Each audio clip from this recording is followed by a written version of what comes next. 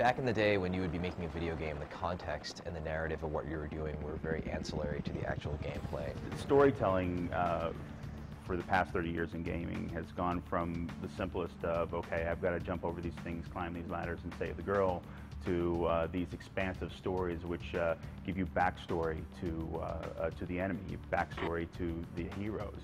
I missed my family. I'll kill every one of these bastards. The storyline is going to make Gears 2 darker than the first game. If you follow the storyline, it's got some character arcs and things like that you know, will really, I think, surprise people. We wanted to intentionally be kind of like the bad older brother as far as having darker themes and having a bit more nasty, kind of violent, over-the-top moments. Humans are no strangers to war. After all, we've been fighting for as long as we can remember.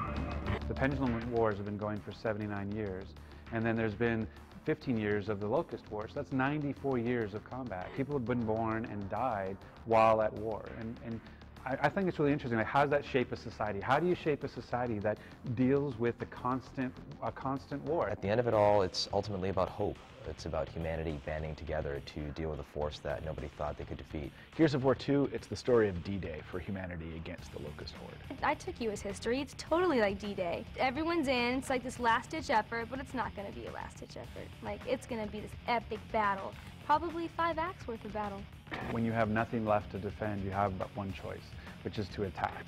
And this is basically it, is that they've put all the pieces together, and all the pieces show that if they do nothing, if they just continue to defend and sort of claim what they already have, that they will lose it all. We think that we're doing all well, we think that we're winning, you know, the locusts are down, we know how to kill them. No.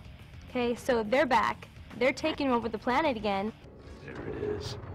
The beginning of the end. They're seemingly stronger because now whole cities are sinking into the ground and you don't know why.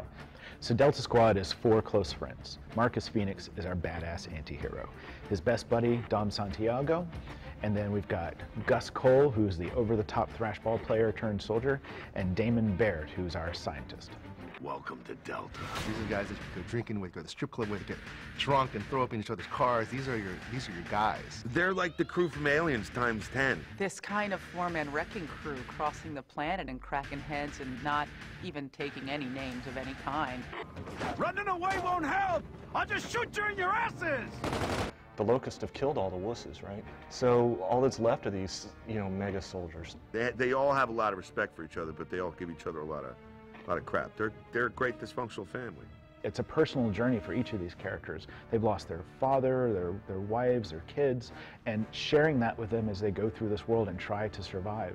I like to think that we're transcending a little bit beyond just a push the buttons and click kind of video game. Nice work, Delta. Cole, Baird, you take left. Dom, you come with me. Nice. Marcus Phoenix is kind of a classic anti-hero. Reporting for duty, sir! Drop the sir, kid. We're not that polite out here. He's seen a lot of combat, he's killed a lot of humans and a lot of locusts, and he's kind of done with it all. He makes the tough calls, he says what has to be said. People think he's a dumb space marine, right, and yada, yada, yada, but if you look at his eyes, he's just got a little bit of intelligence back there that makes him dangerous. Control, this is Delta. Enemy threat eliminated. You want to love the guy, but you're scared he might stab you in the back at the same time. Marcus never smiles. Even at his birthday party, Marcus, he never smiles. I think he needs Dom to just help him open up a little bit. Dominic Santiago is Marcus's best friend, and he's kind of the guy who says what the player's thinking. Dom has those quick, you know, comebacks, and he's just a rugged dude. And when he snipes somebody's head, he goes, you know, what's up, bitches? What's up, bitches? In the days following the Locusts' attack, they lost their children, him and his wife Maria, and she went almost crazy with grief and went missing one day. Aw, boo-hoo, okay, it's hug. What do you want, like a tampon and a chocolate bar? Like, what do you want me to do? She's dead. And if she's not, she probably left you, I don't know. At the opening of Gears 2, Dom has a lead on her, where she might be. You ever seen this woman? Something about her face does seem familiar. He deserves love. He won't get it, but he deserves it. Maybe him and Baird could hug it out at some point. Baird's kind of like the wuss of the group. He's different than Dom. Like, Dom's like this emotional wuss, But Baird is kind of like the, ooh, blood, I don't want to eat that. Baird is the smartass, who's the tech savvy one. He's not the guy who's cocky and doesn't pull his weight. He does his job. Yeah, baby! Is that gotta be? Man, Coltrane, that's the funniest dude on the game. He's that perfect kind of, you know, comic relief in the middle of the fight. He's a Coltrane, baby. Woo! Right? In the flesh, baby. Coltrane is like this hyperactive, just mountain of a man. He's just a wild child. He's a former athlete.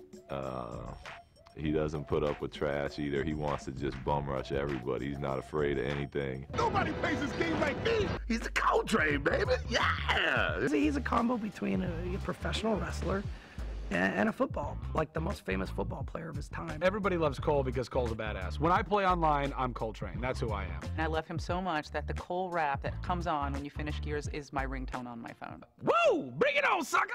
This my kind of Yeah! Woo! Bring it on, sucker! This my kind of So embarrassing. Yeah. The Locusts have returned, and they're stronger than ever, and they've brought with them a force that can sink entire cities without warning. I mean, the Locust Horde is unbeatable. There's so many of them. They're so much tougher than humans. It takes 3 guys focusing on 1 drone.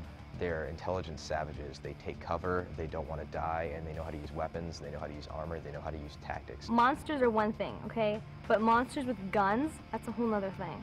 Damn. So this is what the inner hollow looks like. I mean, the Locust is this group that lives in a series of caves underground, right? Where they grew and, you know, proliferated, had parties and built buildings, and then they came out, right? Anytime you feel that rumbling in the game and you're like, crap! Crap, where are they coming? What are you gonna do? Huh? What are you gonna do? I'm coming. I'm over here. I'm over there. See? You don't know what to do. You're confused. You're scared. You're intimidated, right? It's beautiful.